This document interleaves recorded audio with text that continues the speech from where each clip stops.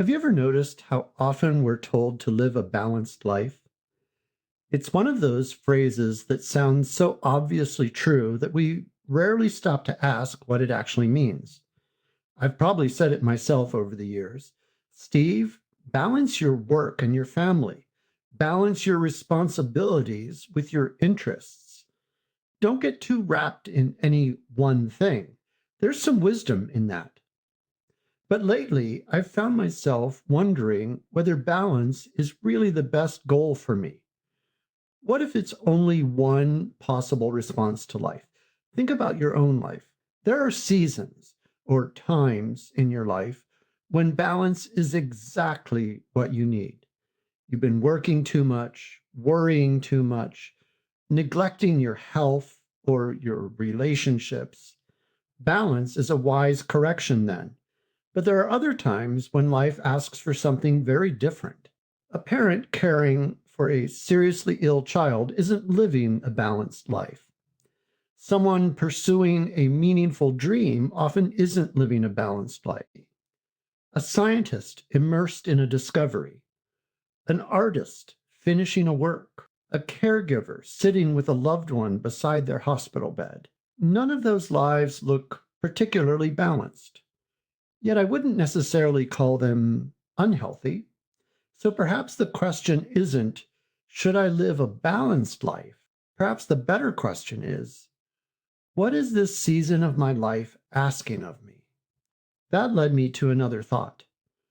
We often imagine the alternative to balance is passion.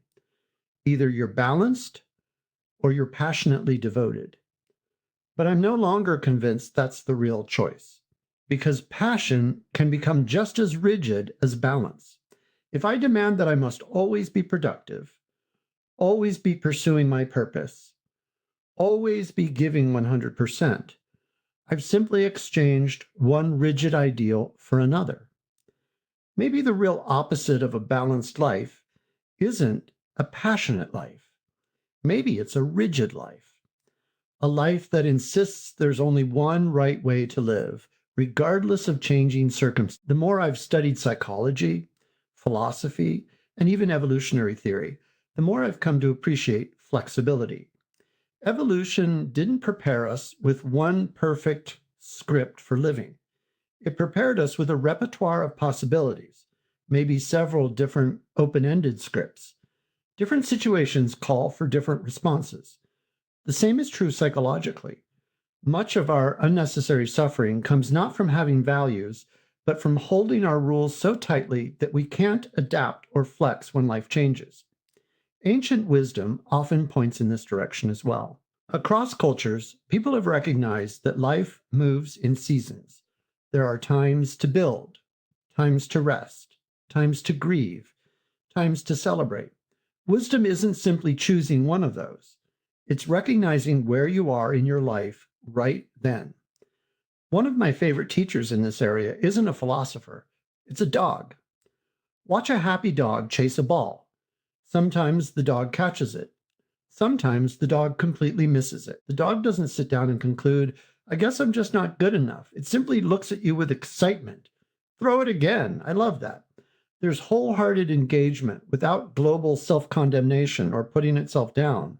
There's effort without their identity being on the line. There's play. And I wonder if we've forgotten something important about that.